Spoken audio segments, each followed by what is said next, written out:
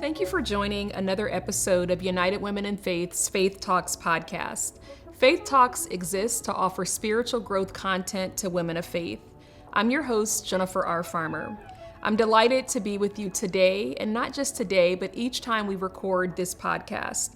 Now, if you haven't already subscribed, please be sure to do so, and you'll be notified whenever we post new content. For today's conversation, I invite you to settle in, clear the room, especially if there are children around, and prepare your hearts and minds for this discussion.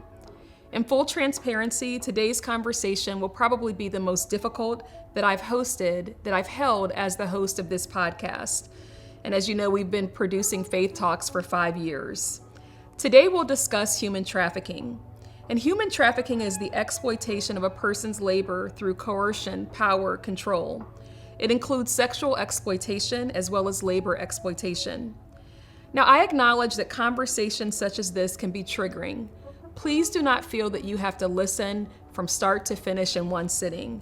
And also, please understand that you can do whatever you need to do to take care of yourself in this moment. Now, if you're a regular listener of the Faith Talks podcast, you understand that this episode is a little bit different. Typically, when we join together, we're recording via Zoom. Given the seriousness of this topic and the nature of this conversation, I wanted to interview my guest in person. Now, because I'm based in the Central Ohio region, I reached out to organizations in this region who are doing the work to support survivors of human trafficking, but also to build a stronger community. And so I'm delighted to have them with me. Now, I wanted to let you know that our intention in having this conversation is to raise awareness, but also to provide concrete ways that we can support women, children, and youth in our communities. Now, you may ask, why focus on human trafficking? There's so many other issues in our community. Why this? I want you to know that the U.S. State Department notes that there are 27.6 million victims of human trafficking worldwide at any given time. It's happening under our noses with all people of all ages, of all backgrounds, of all nationalities being vulnerable to trafficking. Now, this is not an issue that many people rush to engage in. It's painful, it's triggering, and most people feel like the solution is not quick and easy. Aside from that, people may feel like this problem is simply too big and that there are no solutions. But with millions of people being harmed by this horrific evil, more people must engage. I also want to let you know that if you or someone you know is being trafficked, please dial the Human Trafficking Hotline at 888-373-7888. Let me also note that human trafficking is one part of sexual violence. A person can suffer sexual violence in a host of ways, and I want to name that at the outset. As traumatic as this is, it can be prevented. But prevention doesn't rest with the individual alone. It requires communal and community effort. It's all of our responsibility to keep each other safe. Prevention also starts with believing that it is possible, and it starts with education. I have to acknowledge that I am not an expert on this issue. I am not a victim of human trafficking. I am a sexual assault survivor, and I bring that background with me, and I just want to name that. I'm also a podcast host with interest in learning more and opening up our audience to conversations around this issue. I'm delighted today to be joined by Hannah Esterbrook of Sanctuary Night, Vanessa Perkins of Freedom a la carte, and Mike Primo of Community Development for All People. And Community Development for All People is a United Women in Faith national mission institution, and it's located right here in Central Ohio. I'll interview each of them individually. And while they couldn't be here with us today, I have also been in talks with Grace Haven. And Grace Haven is the only therapeutic program for children in the state of Ohio. And again, while they couldn't be with us today, we will do another segment and include Grace Haven, as well as other organizations across the country working on human trafficking. As we get started, I want to share a few statistics. Did you know that children can be charged with the crime of prostitution in 27 states, so half of the United States? Children can't consent to go to war. They can't consent to buy firearms. They can't vote until they're 18, and yet in 27 states, they can be charged as prostitutes. 19 states do not describe human trafficking or sex trafficking as a form of child abuse. Many trafficking victims have been arrested, and I should not have to say this, but it is never appropriate to criminalize victims. This could worsen their mental health and make them more vulnerable to trafficking. I also want to note again that cities with a major highway provide ease of escape for traffickers. As advocates do this work, it is important to set aside the rescuer mentality and to think intentionally and carefully, and also to be informed by the community on what the best ways are to help. Now, before I bring my guest to this, it's not a virtual stage anymore, it is a real stage. But before I bring my guest, I do want to note that Black women and girls are uniquely vulnerable to human trafficking, and roughly 40% of victims are Black women and girls. From the research that I've done, I've heard that some traffickers feel like they will get less jail time if they traffic a Black woman and girl than if they traffic someone who is white. As horrific as that is, that is what we're dealing with. And so I just wanted to name these statistics as a grounding point and as a reference for this conversation. I'm delighted to be joined today by Vanessa Perkins. Vanessa is the director of programs at Freedom a la carte, and she works tirelessly to create safe, effective, and innovative programs and resources for survivors of human trafficking. With over a decade of experience, Vanessa directly supports survivors and serves as a survivor consultant, providing expert insights to agencies, government offices, legislators, and law enforcement. Previously, Vanessa managed workforce development programs and empowering survivors to lead self-sufficient lives. She also spent 3 years as a bailiff for Judge Paul Herbert, who I also worked for years ago, so that is like a flashback, who founded the specialized catch court docket for human trafficking victims in the Franklin County Municipal Court. Now, Vanessa has shared her experiences across different states and events, including speaking engagements at the EVAWA conference in the Chambers of Commerce in Washington, D.C. Vanessa still faces the lasting effects of her trafficking experience. PTSD, nightmares, and anxiety are regular battles. However, she remains resilient. Thankfully, the people who surround Vanessa during her transformation, she now knows there is always a solution. Vanessa, thank you so much for being with us. Thank you for having me. It is always just a little bit strange to listen to my own bio, but thank you for having me. Your intro was amazing. It helped me to feel a little bit more comfortable today, so I just wanted to let you know that. So I want to ask you, how are you arriving for this conversation? How are you feeling? So nervous, but I'm grateful to be here. This is a topic that we need to be talking about, and being on the other side of it, I want to share experiences and solutions across the board. So yes, I'm nervous, but this is like one of the greatest things that I get to be able to do. And so thank you for having me again. I appreciate your willingness to share your story and to be vulnerable. I will admit that when I hear human trafficking, I tend to think of people who are still ensnared by human trafficking. And I don't think the society always gets to see a face of a survivor. So thank you for that as well. Yeah, you're welcome. Now, what grounding information do you think our audience need to know in order to fully engage in this conversation?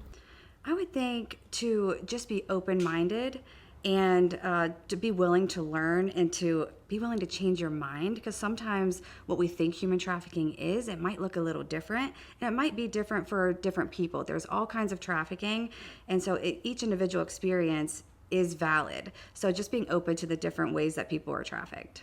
Okay, and when you say that there are all types of human trafficking, can you just elaborate a little bit? Sure. I mean, we know that there's sex trafficking, and that can come in different forms. Sometimes it's familiar trafficking, so it's families trafficking their kids. So imagine someone trying to come out of that life and just live a normal life in society. Like, there are so many negative consequences that come from being trafficked by your family. Your entire foundation in the world has been rocked.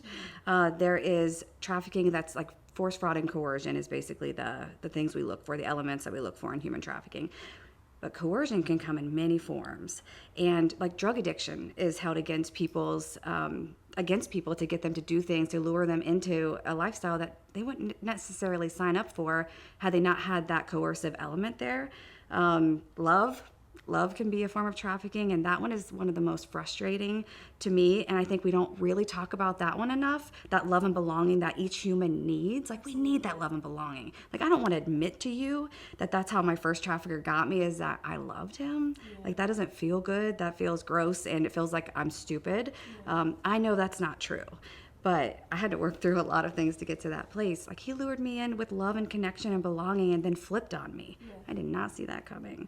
Then there's labor trafficking, there's lots of different things out there. As I sit with this topic, and even as I listen to you speak, one thing that I think comes up for me is just the shame of it all. And, I feel like there's something about human beings that even before we know how to communicate, we know what it feels like to be ashamed and to feel like I can't tell my story. I don't want people to know. And when you were talking about love and being trafficked because of this valid need to be accepted, to be loved, to be wanted, and then to have the switch flipped instantly, I could just imagine how agonizing that might be and how that might contribute to a sense of, I don't want to tell people this is how it started. You know what I'm saying? Yes. And I'll tell you what, I was 2 years out of the life before I recognized that I was trafficked. And before I recognized that the person that I loved trafficked me. That changed my entire life when I found that out, and not in a really good way. It was like, now I know I can't trust myself. I can't trust you. I can't trust resources. Like, I can't trust anything. So it took me, like, my foundation of this world was rocked again in a different way. And so I had to do a lot of work to be able to start to learn to trust again and to trust myself. It is still a struggle to trust myself. And sometimes I feel a little bit of crazy trying to figure out, is that recovered, healthy mindset, or am I being tricked and trapped again? And that's a bummer, because there's some really good people that want to be in my life, and they have to do a lot of work to be there. And so I'm constantly working on that, so that shame is a real thing around all of it. Like, that shame blanket just kind of weighs you down a little bit. It's hard to move. The other thing that I hear you saying, or that I'm hearing, and maybe I'm filtering this from my own lens, is for people who have experienced trauma, sometimes you can inadvertently develop a high tolerance to trauma. And so you go through things, but it's not always registering as, no, this is wrong. Like, this person should, because you've been through so much. And so I'm thinking about people who have an upbringing with a lot of trauma. I think it might be hard to kind of acknowledge that, no, that was not okay what this person did. Yes, this is so true, and a serious struggle that I continue to have. And I'll tell you a moment I had that helped me to start to see that my perception and my experiences were not okay. Is I was actually working at the prosecutor's office here in Franklin County, and I was part-time, brand new to the job, new to this new life, and somebody came in, and part of my job was to talk with people in the public to see if there should be charges filed for a situation that they had. And this person came in with a black eye. And I barely seen the black eye. That was just a normal walk in the park for me. So when he walked in and there was this huge black eye and there was blood in the corner, like, I didn't even acknowledge how serious that was. But my coworkers, when they were like, did you see that black eye? And I'm like, what? Like, so what? That's when I started to see, like, my belief systems are messed up. So I had to rewire, and still have to rewire, and be real careful how I respond to certain things because of this. I mean, there's a lifetime of erroneous belief systems built and wired within myself. And so that, it takes work to to rewire all of that. So that was like one of the key moments in my life to recognize that some change needs to happen within myself. Well, I applaud you for doing the work, because we can't force anyone to do the work. But I applaud you for doing the work. The other thing that comes up for me is, if you think about the Bible, and this podcast, it's for women of faith, and for people who want help along life's journey. But if you think about the Bible, the people who God called and the people who God used, they were deeply broken. They have flaws. They were not perfect. But there's something about the American experience that causes us to believe that if we don't come wrapped in a neat little package, that we're no good. But what I hear you saying, and what you are an example of, is that God can use anyone. And often even our wounds can be a blessing to someone else. And so if we have audience members who are listening and you feel like, well, you don't know my story, I want to encourage you that God can use you too. Yes, it still amazes me today, the arenas I end up in. And I'm a woman of faith as well. And I talk to my higher power all day, every day. I'm in constant communication with my higher power, and I'm asking my higher power, what am I supposed to do in this situation? Because my human self is not good enough. I'm too ugly. I'm too fat. I'm not smart enough. I'm that stupid girl. But if I'm walking in faith and I'm trying to continue to build this relationship with my higher power, then I end up in places like this. I end up in places that just don't make sense. They might make sense, but my human self doesn't think they make sense. And then things happen that are kind of amazing. And so I get to work with people. I'm a believer that we have to work with the human where they are. Yes. And when we're full of trauma, fear, anger, resentment, jealousy, all of those things, which comes from a lifetime of some normal human things, but also of trauma, we can't really work with our higher power because we're so full of all these other things. So I'm a believer to work with the human where they are to help heal and work through that journey so they can build a relationship with the higher power. It's a really neat thing, as I've been doing it for several years now, to try to watch how this can work. And I'm truly grateful to be a part of it. Like, it still amazes me. Can I also share just one more thing? Absolutely. When I first came out of that life into this new life, I actually hated God. And I was so mad at God. And it was some of those things I think a lot of humans go through, is how could God let this happen? And I went through that, and I was trying to kill myself when I was out there, because I was literally talking to God, because I always believed God was with me, but I believed God hated me. That was my belief. And so I was trying to kill myself. And I would wake up and be like, are you kidding me, God? We're doing this again? We're still doing this? I hated God. So coming out of that into this new way, trying to figure out how to build a relationship with God was not easy for me. Like, it was like, I'm not asking God for anything. I don't want to talk with God. And so through little steps, little healing moments at a time, the right people wrapping around me, hearing the right little nuggets, and just building those blocks, like, I still am surprised at how much I actually surrender today.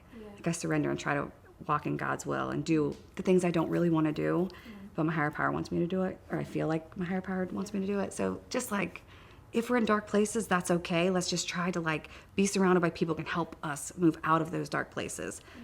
Not always easy. And I didn't exactly choose that path, but it happened, and I'm hanging on. Thank you for sharing. Thank you for sharing that, because everything doesn't come wrapped in a nice little bow. So thank you for sharing that.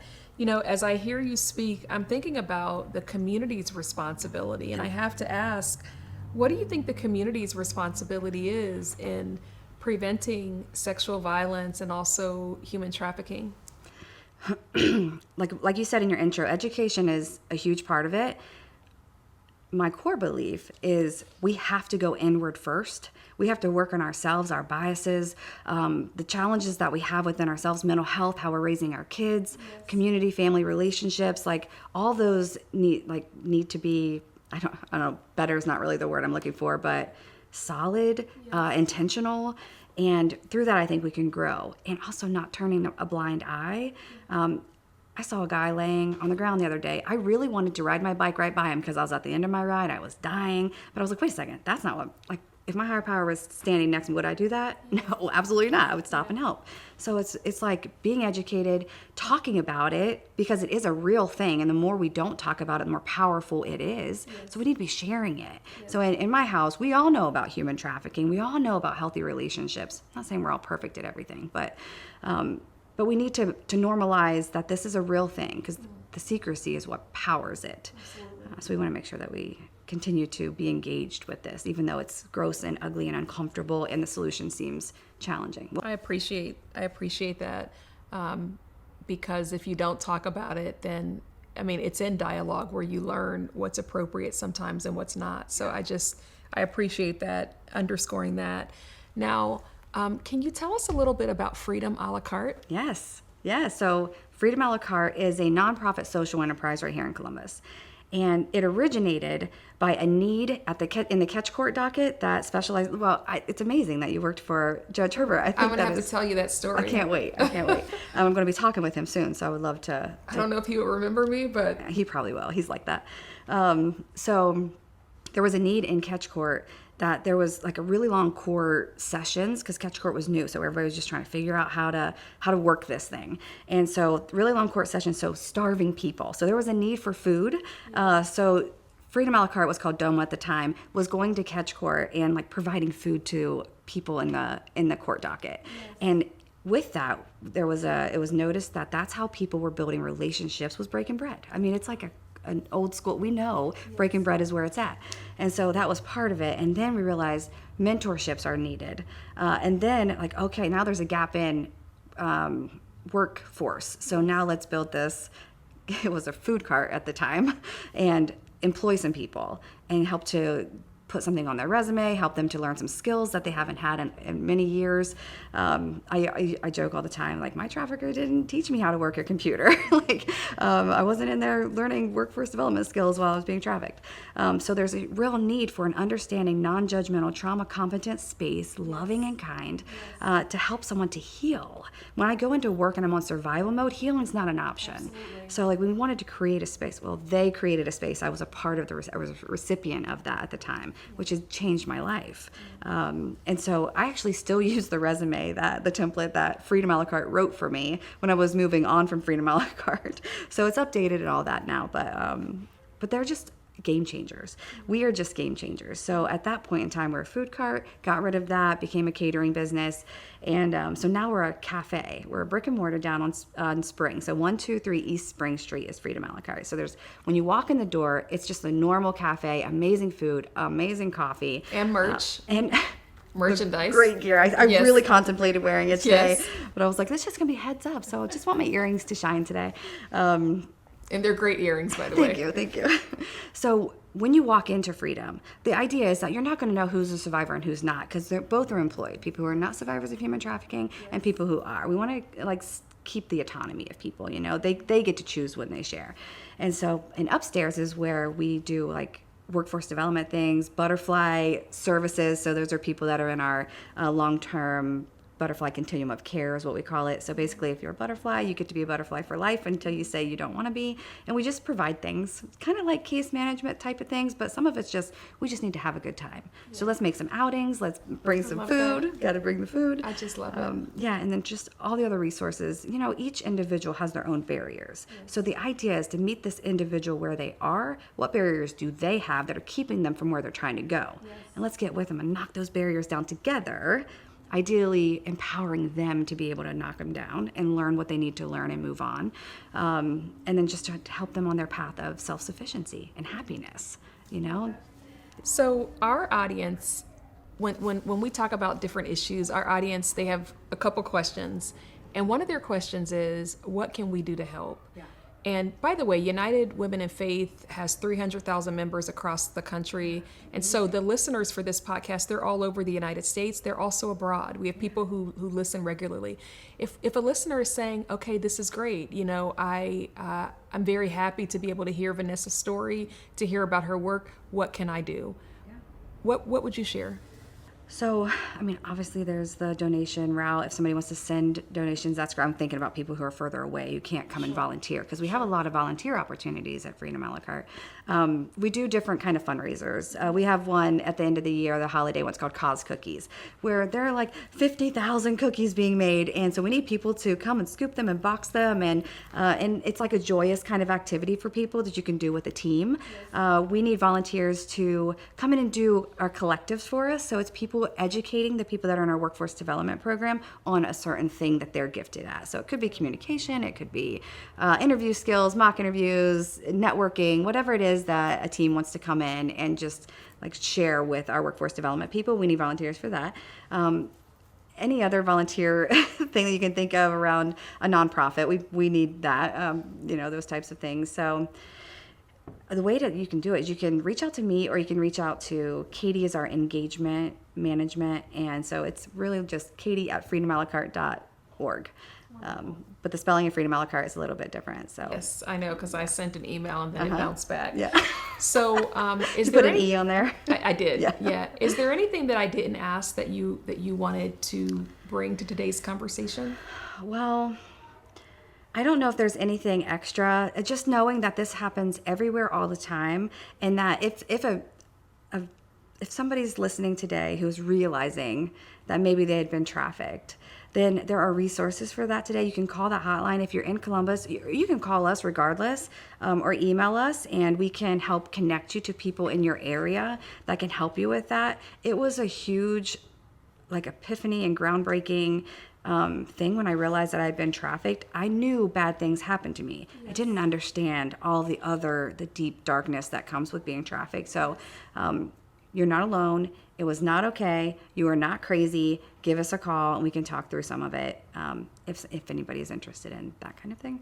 Thank you so much for being with us today. So for those of you who are listening, I've been in conversation with Vanessa Perkins. She's the Director of Programs at Freedom a la carte. The hotline that she mentioned, again, is 888-373-7888. Thank you. So I'm delighted to be in conversation with Hannah Esterbrook. And Hannah has been working as a clinician in the mental health field for over 17 years. And she has specialized in providing direct services to survivors of the sex trade and sex trafficking. Her work with survivors has included the settings of criminal justice, the criminal justice system through the catch court. She co-founded Sanctuary Night because she wanted to imagine a more neighborly response to vulnerable women on the streets of Columbus, one that didn't require the traumatic experience of getting arrested in order to access help. Hannah lives in Franklinton with her husband, Brian. They have 2 dogs and 1 cat.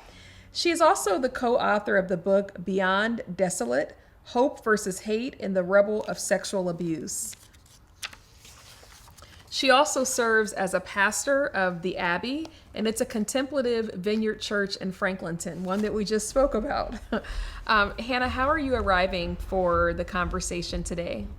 Yeah, thanks so much for asking that. I feel a little stressed today. I feel a little over-caffeinated, and I feel really delighted in spring weather. Yeah, so that's how I'm showing up.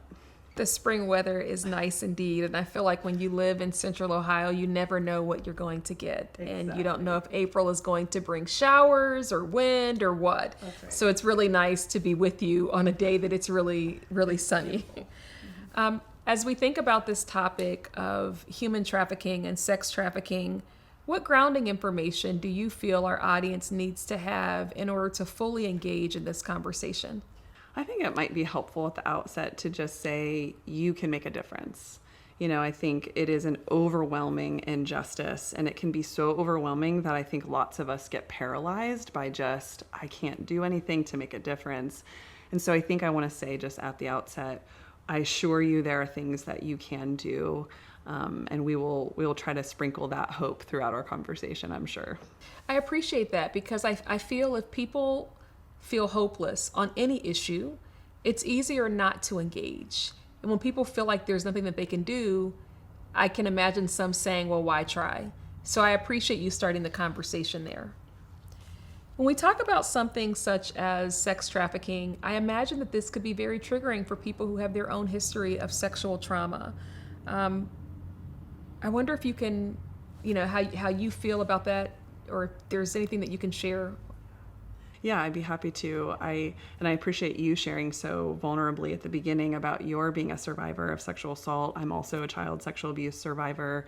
And, I think it is maybe just a good reminder of something you said earlier, that it's so often the case that in the places of some of our greatest woundedness, that is precisely where we end up feeling called and empowered to be good news in the world. And so I always like to just remind people that if you've experienced a sexual assault or sexual abuse, that does not qualify you or disqualify you. And what I mean by that is that might be something that does end up channeling into a calling on your life, a way that you can share your story in a way that inspires or helps another person. But to also remember that we can't heal by helping, I think we have to do some of our own healing work, whether that's with therapy or, other sort of resources that we need, and not just expect, if I go serve the world until I collapse, that's going to heal my trauma. Yeah. I can tell you from working in the trauma field for a while that might work for a minute, but it's not a good long-term plan. But, there is a temptation to do that. There is a temptation to feel like, okay, well, if I'm just around, or I can focus on everyone else, but I don't have to focus on myself. But the thing about trauma is I feel like it's at the door knocking, and some people can choose to work on it and other people don't. but time doesn't necessarily make it go away. And entering the helping profession also does not necessarily help your wounds without that work. That's right. And I think it's a good reminder, that, sexual trauma takes so much from us. It robs us of so much. And I think one of the things it can take is our sense of, I have anything of value. I have anything to contribute. It takes us out from sometimes our calling as well. And so on the flip side, just being able to recognize that one way to sort of reclaim, your power is to say like, no, I can make a difference. And so I think there is a tension there that each person, each survivor has to sit with. As I was preparing for today's conversation, I was listening to a YouTube video, and it was produced by a police department, possibly in Pennsylvania. And I heard a detective say something that I found to be so profound. I believe she was a detective.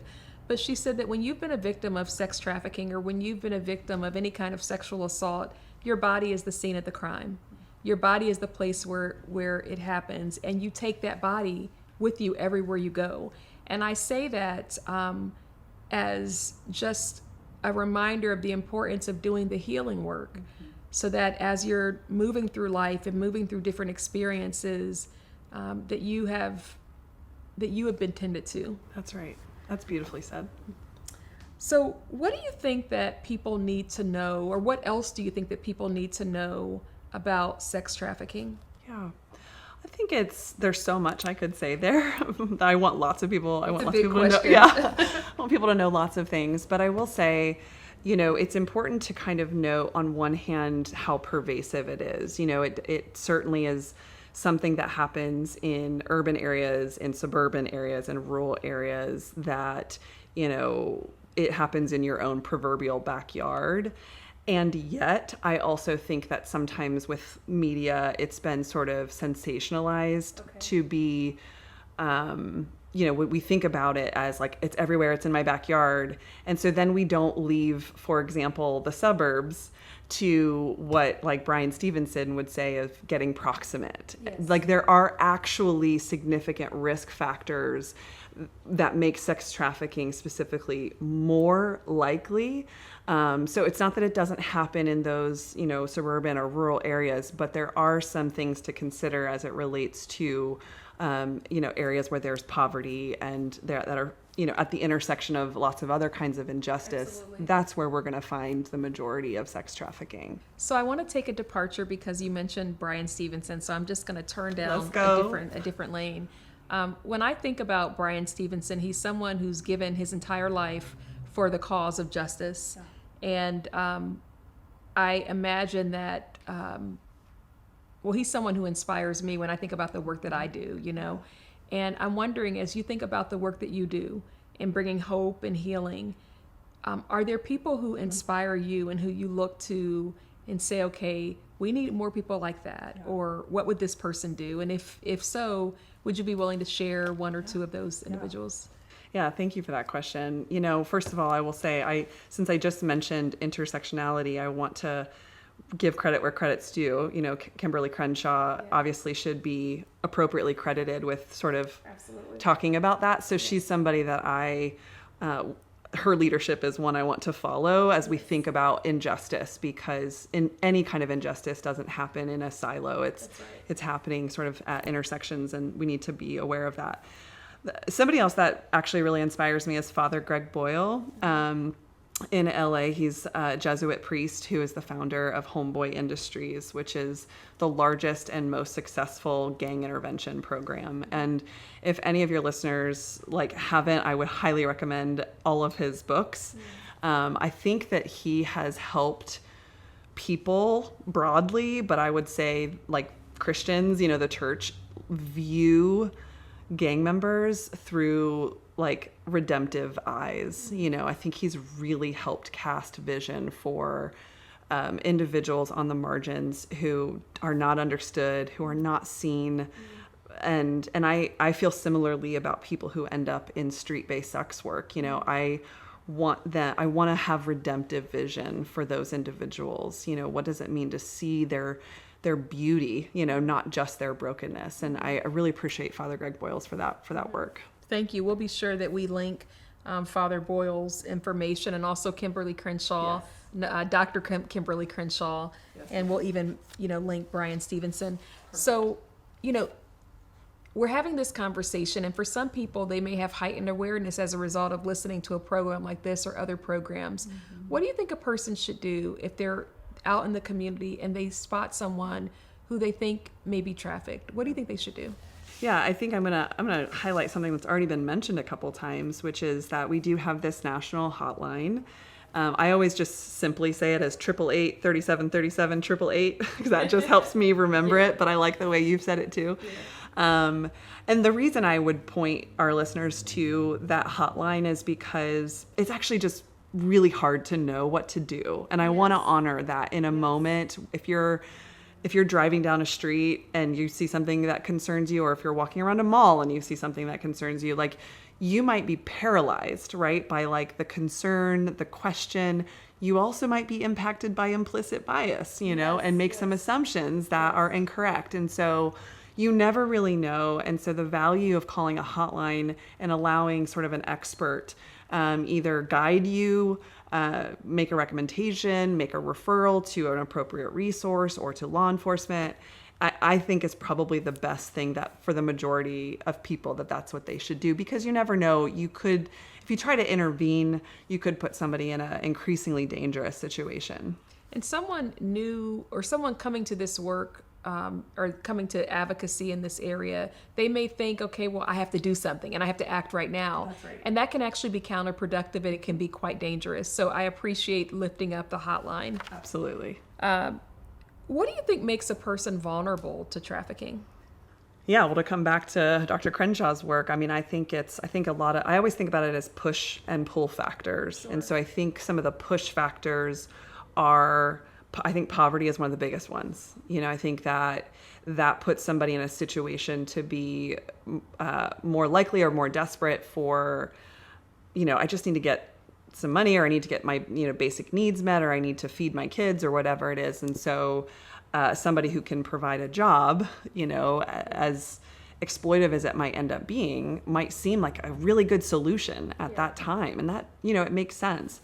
I also think people who have experienced, early child sexual abuse and sexual trauma, and really any kind of, those ACEs, the adverse childhood experiences, I think those can certainly be also risk factors. It's not like a one-to-one, a causation, but I do think it's a risk factor because many of us from a young age who have been sexually abused have this mindset of, I am dirty, I'm bad, I did something wrong. And so I think that is something that's easily exploited. Mm-hmm. And I want to just share something really interesting, because I've been working with survivors now for over a decade. And a couple of times I have utilized a specific traumatic life events questionnaire. So it lists, it's not the ACE test, it's a different one. It lists about 26 different traumatic experiences, and it asks people, what have you experienced this? And if so, what was kind of your response to it?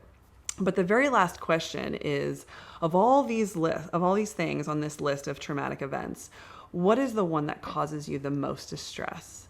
And I just want to underscore that the majority of individuals, so people who are in the sex trade, who are being potentially exploited currently, people who have exited the sex trade, who have exited sex trafficking, the majority of them answer child sexual abuse from before the age of 13. That's the most traumatic thing they've experienced. Wow. And I can tell you that some of these individuals have been on the streets for decades. So they have experienced a tremendous amount of, traumatic events. But the thing that causes them the most distress is that early child sexual abuse. And I think as a trauma therapist, that's fascinating. But I think it helps us understand, again, that risk factor and what sets them up for a lifetime of exploitation. Yeah. I appreciate you sharing that background and that insight. Totally surprising to me. But what's interesting is when a person has been violated as a child, I think that person can also struggle with boundaries. not knowing how to set boundaries, not feeling like you have a right to set boundaries. It took me years to figure out that I could, before someone asked me to do something, I could actually consider whether or not I wanted to do it. And this is in all settings, that I didn't have to just say no. But I was programmed to just say yes. Do you want to do this? Yes. Do you want to do this? Yes. And it took me a minute to realize, no, you can actually pause and think about whether or not you want to do it. You can listen to what comes up in your body, and you don't have to just be a yes person or do what people want you to do. So I feel like the boundaries piece, or one of the things that sexual abuse robs a person of, is boundaries and the ability to feel like they have a right to say what works and what doesn't work for them. Well said, definitely. Now, I mentioned earlier that, preventing sex trafficking and even sexual abuse, it's communal work, that it's not just an individual responsibility. I wonder if you have a thought around that. If I have a thought around like the or communal how do you feel responsibility? About that? Yes. Yeah. Whew. Yeah, definitely. I mean, I think about systems here, and just institutions. I mean, we know that there's not an institution that's free from pervasive, sexual exploitation. I went to a Christian high school, and even in the last few weeks, we found out about another, a basketball coach from my high school that was sexually assaulting, teen girls. It's, it's church settings, it's school settings, it's workforce, it's pervasive. And so I do think, we have a communal responsibility to speak truth to power, to hold people accountable, to have good policies, to protect children, to protect really any vulnerable population. I think that's a community project. Can you tell us about Sanctuary Night? Yeah.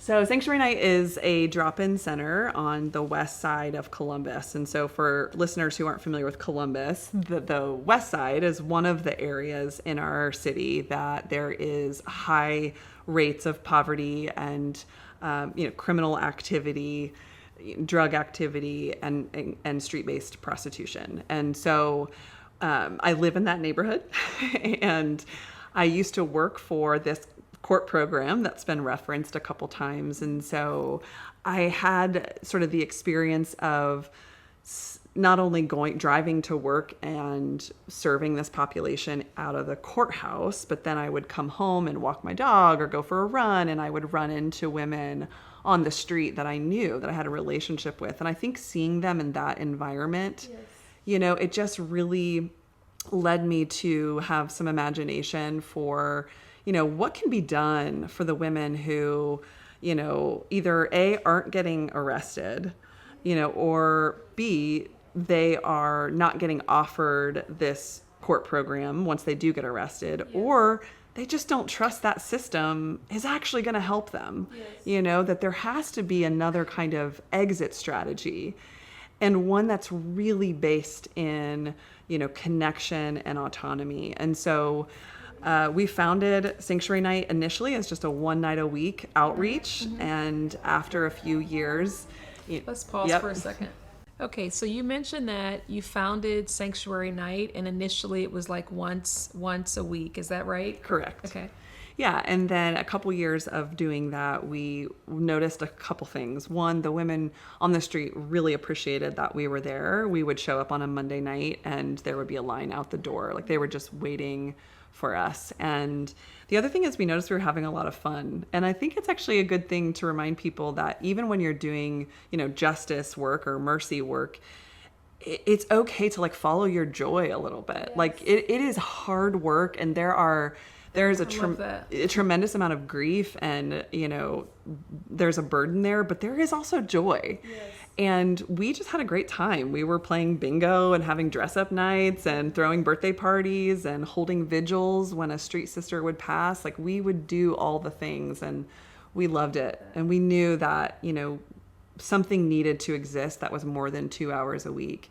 And there were sort of other pop-up, drop-in kind of things along, the west side of Columbus, but nothing that was open. I mean, ultimately our dream is to be a 24/7 drop-in center because, we want there to be a space that women can always go to. Right now we're operating about 40 hours a week, but our space, was, designed by a trauma-informed architect, and it's beautiful, and people can come in and get their basic needs met. They can get food and clothes and take a shower, do their laundry, have a healthcare visit because we have a clinic on site. So a lot of their basic needs are being met. But my favorite thing also about what we do is that we primarily have staffed survivors. And so of the 14 people who work for Sanctuary Night, 9 of them identify as survivors of sex trafficking, and they are the joy of my life. It's my favorite part of my job is, working with them. And so that what that means is that when somebody enters our building, they're not only getting that cup of coffee or that warm hospitality from someone like myself, they're actually getting people who have been in their shoes, who embody hope just by their very presence in that space. And it's such a joy. In movement spaces, I used to hear people say, nothing for us without us. And I love the fact that that Sanctuary Night is intentional about hiring survivors because, you can have the best of intentions and intentions are only going to get you so far. So I love that. If our audience wants to support Sanctuary Night or the work that you're doing, how might they do that? Yeah, well, I think with your audience, what I really want to ask is for people to pray. Yes. There always feel like there are some, barriers that, I've got my mustard seed bracelet on today, it's like to the reminder that we can move mountains, and sometimes those mountains can feel to me insurmountable, and so I would invite your listeners to pray for the work of Sanctuary Night. I would say you can always follow us on social media. We're on Facebook, Instagram, and LinkedIn, and, share our message, share our posts. That's a really accessible way to support us. Yeah. Obviously, if you have people that want to donate, my board would want me to say that. People are welcome to support us financially. And if you're local, come volunteer. Great.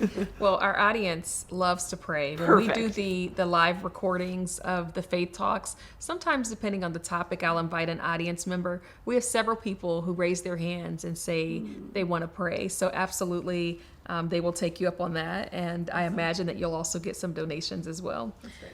Is there anything that I didn't ask you that you feel is important and that you want to add to this conversation? I don't think so. Okay.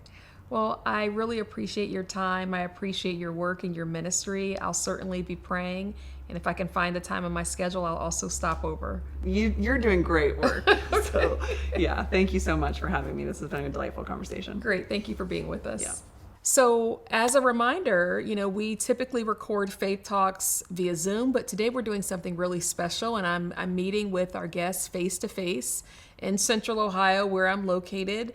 We've been talking about sex trafficking. I'm delighted to be with Mike Primo today, and Mike Primo has over 20 years of leadership experience in both the public and private sector, having served as the Chief of Staff at the New Jersey Department of the Public Advocate and at the Ohio Senate Democratic Caucus. I also worked at the Ohio Senate Democratic Caucus years ago. He also has experience managing political and issue advocacy campaigns at the local, state, and federal level, including running the campaigns for marriage equality in New Jersey and also in Ohio. He joined CD4AP, which is the Community Development for All People, in 2018. And then he became the executive director. But before he became the executive director, he was the director of engagement. Now, Mike helped create several new initiatives at Community Development for All People, including the ID for All People program, which helps Columbus residents secure their birth certificates and state ID cards, which we know are critical, especially if you plan to vote. He also launched the Avenue for All Festival, which sounds really exciting, and it celebrates Parsons Avenue as a place for the community to come together. And also the Southside Cafe. Again, I'm getting hungry just listening to this. Now, Community Development for All People's social enterprise coffee shop, and it provides good paying jobs, community space, and great coffee. So again, that's the Southside Cafe. Mike has a bachelor's degree in political science from Montclair State University. He also holds a master's degree in social justice from the Methodist Theological School in Ohio. He has lived on the South Side since 2014. He's also a member of the United Methodist Church for All People. Mike, thank you so much for being with us today. Thanks for having me. This is great. I want to ask, how are you arriving for our conversation? So I have two parts. The first is, I have to say I'm a little intimidated after following Vanessa and Hannah. It's kind of like taking the stage after Taylor Swift and Beyonce perform, but I'm going to do my best. But mostly I'm just excited because any chance I have to talk about church and community development for all people and the work that we do it's my favorite part of my job. So very excited to be here. And excited to be doing this on the South Side too. Absolutely. So your location, the church and community development for all people, not too far, and the studio is also on the South Side. And for your viewers, listeners who aren't familiar with Columbus, South Side is definitely the best side of Columbus. So I live on the North Side, but we're gonna let that fly today. Agree to disagree. Okay, so for our listeners who may be unaware, can you tell us a little bit about what community development for all people is? Sure. And I'm going to take us back a little bit because the history is really important. So the year was 1999, and a group of United Methodist congregations led by the district superintendent at the time, Reverend John Edgar, decided to open a free store on Parsons Avenue, which in the South Side is an area that has traditionally experienced a lot of poverty and disinvestment. So the idea was open up a store where everything was free and anybody could shop there.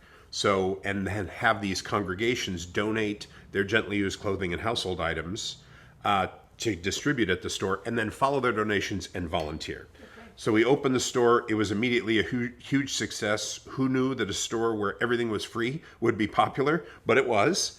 But we also saw this really amazing coming together of people from vastly different backgrounds and experiences. So somebody had the bright idea that we should start a church. And so the United Methodist Church for All People was founded in 2002.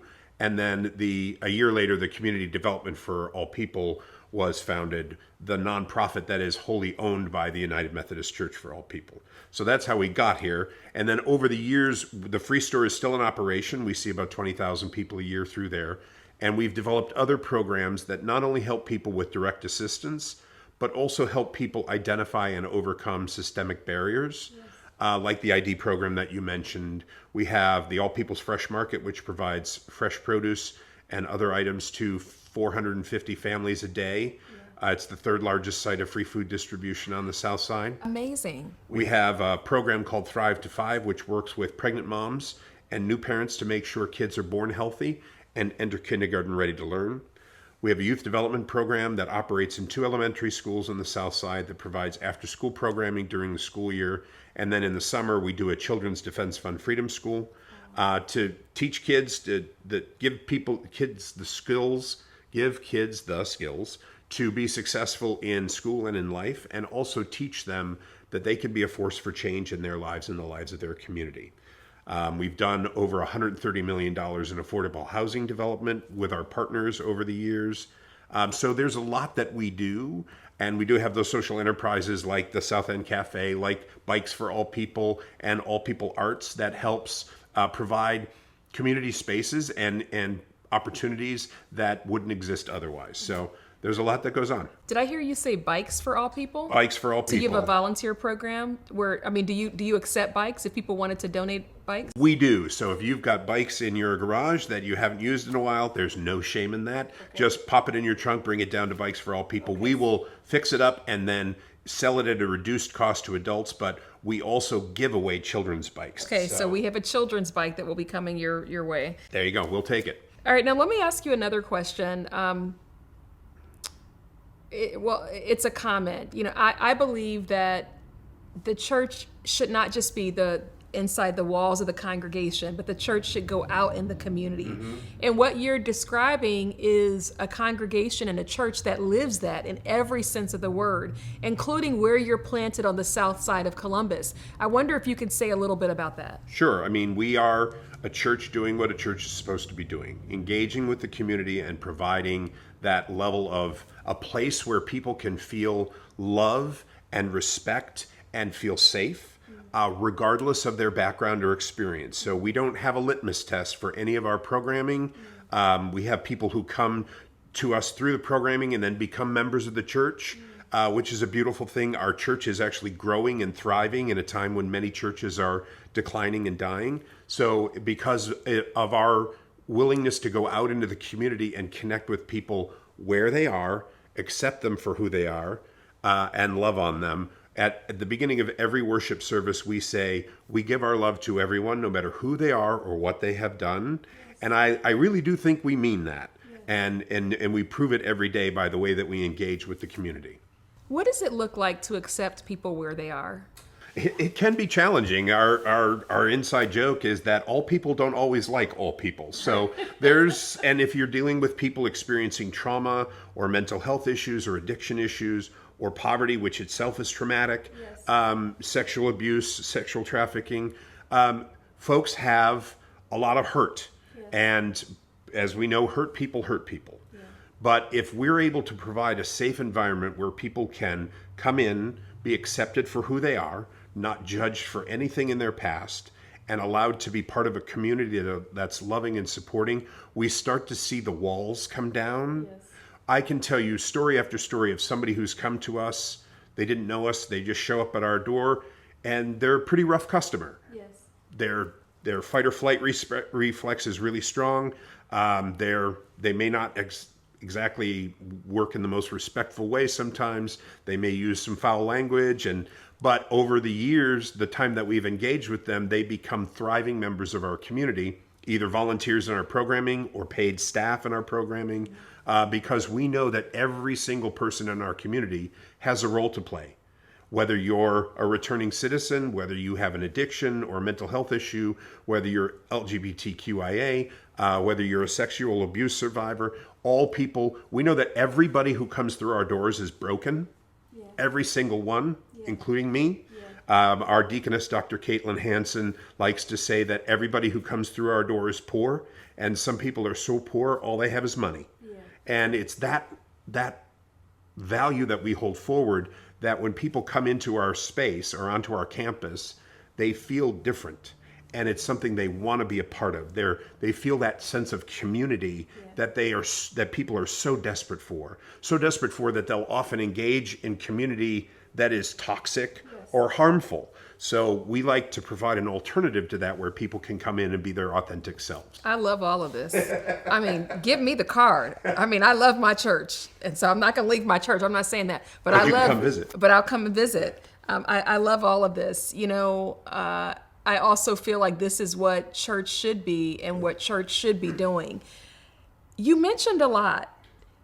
What kind of work do you all have to do on yourselves to be able to see people where they are and to love people where they are and to accept ourselves? Because like you said, we all come with needing something. I belonged to a church years ago, and the motto was, where broken vessels are made new. And when I went into that church, I felt broken in so many areas. So let's just get back to this question. What kind of work do you all feel like you have to do on yourselves in order to be able to see people and to love them where they are? Yeah, that is because a great question. That's a big phrase, but it's very hard to do. So I wonder if you could just talk to me about that. Sure. And it's, first off, a lot of our staff come from the community, which is really helpful. So you don't have that permanent class of the helper versus the helped. It's people coming together as community members and helping each other. But it is really important, and we do a lot of work with our staff to recognize that we all have our brokenness, we all have our traumas, we all have our triggers. Right? And I've been doing this for a while, and I like to think I'm a pretty even keel guy, but there are some days where I'll be working with an individual and I'll be like, this person is getting on my last nerve, or this person is triggering something in me that they don't even realize that they're doing. So I can tag out if I need to, and I can say to somebody else, you know what, I'm going to have somebody else step in and help me out, right? So we are always encouraging our staff to do that. If you recognize how you feel, and that's the first step, is recognize how you're feeling in the space. So if you're like, I'm having a bad day, or I'm feeling triggered about something, or I got lots of pressures, like share that and get help, like ask for help, because it's really important. If you recognize how you're doing when somebody is being challenging because of their traumas, their experiences, then you are able to engage in a more authentic way. Even if it's just to say, you know what, I'm going to have somebody else come in and talk with you right now. We're going to get somebody who can help you. But in this moment, it can't be me, right? So we do provide a lot of training, both group training and one-on-one training for our staff to recognize where they're coming from. And also, we really encourage our staff to engage in therapy, counseling. We do things like urban Zen, where we do movement poses for staff and community members. There are exercise courses where people can come in and get, feel in their bodies and energize themselves, because we know that self-care is really important. We know that time off is really important. So our organization offers a generous paid time off policy for staff so that they can get the rest that they need, because this work is really hard. Yes. But also, the one thing we also want our staff to recognize is there's incredible beauty in the work that we do. Like Friday afternoons, we have a partner church, Jerome United Methodist. They come down and they bring soup and sandwiches for the community. And folks just sit around and eat and talk and build relationships. And I lose at chess every single Friday because we got some really good chess players in our community. But I just sit there and watch them and talk with them and play chess and lose badly. But it's just that those moments of beauty are really important when you're doing the hard work. You're on the front line of serving people experiencing poverty and homelessness. I love that. What time does that start on Fridays? Bible trivia is at 2:00, and then the soup for the soul starts at 3:00. Okay, I think I may pop in. You're welcome anytime. Okay. Everybody's welcome. Okay. Yeah. Okay, great. That's great. Love to see you. Now, we've been talking about human trafficking, focusing primarily on the sex trafficking aspect.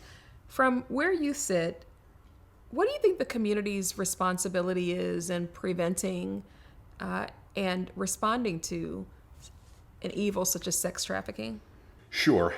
First off, and I've mentioned this before, we have to provide safe places where people feel they can decompress, they can relax, they feel love, and they feel respect, and they feel free of judgment. Yes. Because sometimes I've noticed in this work that sometimes people harden their hearts because it is difficult and it is hard and it's complicated and there's no necessarily end in sight. So we harden our hearts, and part of that is we find ways to blame people for the situation they're in. Yes. For example, I say that there might have been a time in this country where you could work your way out of poverty. I'm not sure it ever existed, but if it did, it's long gone, because we've now found a way to profit off of people living in poverty. Yeah. So it's even harder. So when we judge people, well, you just need to work harder, or you just need to get a better job, or you just need, like, you're operating from a standpoint of you're trying to protect yourself. Like that's your fault. Right. I don't have to do anything.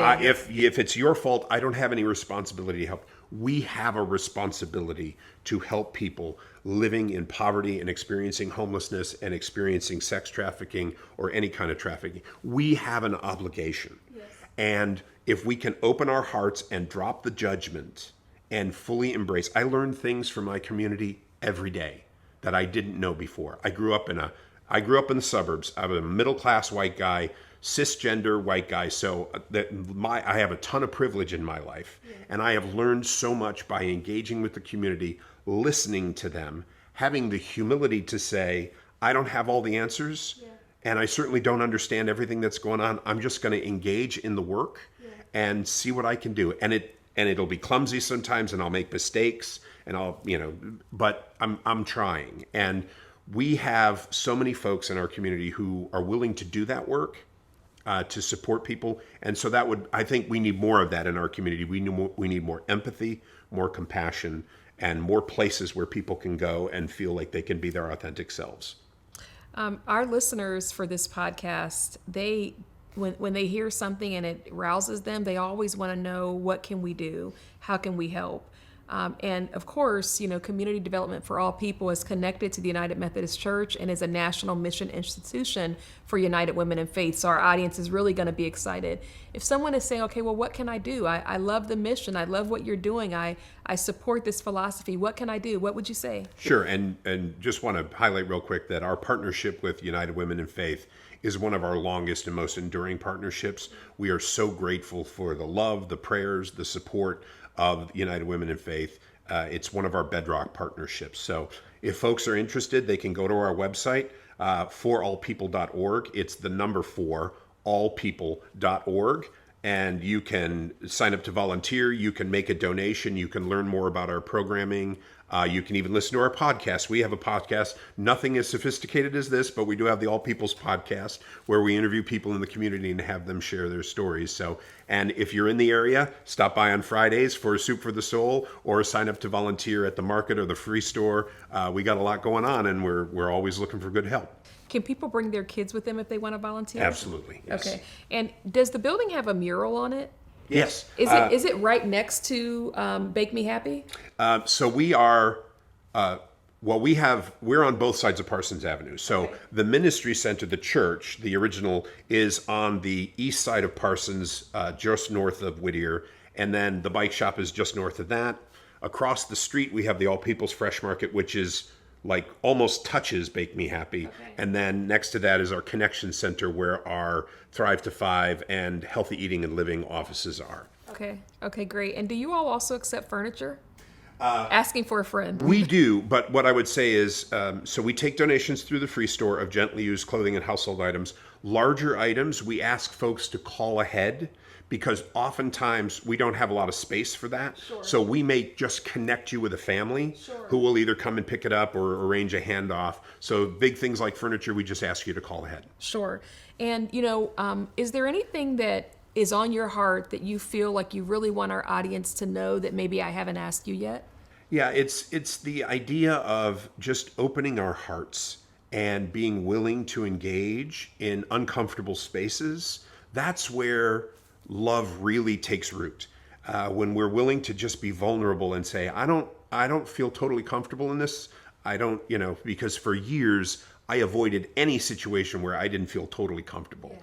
And I got to say, there's lots of times I feel uncomfortable at CD4AP because it's a new experience or a new person. And there's such beauty in that. Yeah. And this is what Jesus did. This is what Jesus wants us to do. Jesus didn't have a litmus test. He didn't say to the leper, do you believe in the God that I believe in, before he healed them. He didn't say to the blind person, I'll heal your blindness, but I need you to sit through this Bible study class first. So the doors are open, the coffee's on, come on in and be present as who you are. And look, if you happen to become a church member out of it, that's great. That's what we're striving for. But we've got people who've been coming with us for 20 years who've never become members of the church, and that's fine. They're still valued members of the community. So I encourage people to just engage in those uncomfortable spaces because that's where love happens. That's where growth happens. That's where life happens. Yes, I love that. Very, very well said. Thank you so much for being with us today, Mike. It was great. Thank you so much. Thank you. So this concludes today's special recording of the Faith Talks podcast. The segment has been Human and Sex Trafficking. Advocates and survivors tell their story. I am sending the deepest of gratitude and appreciation to our guests for making time to share their story and highlight their work to not only end human and sex trafficking, but also to minister to survivors. I want to thank you for watching, listening, and sharing this segment. By the way, if you haven't already, please like, subscribe, and leave a positive comment. Now, as a reminder, this is part 1 of a 2-part series. The second episode will air in August.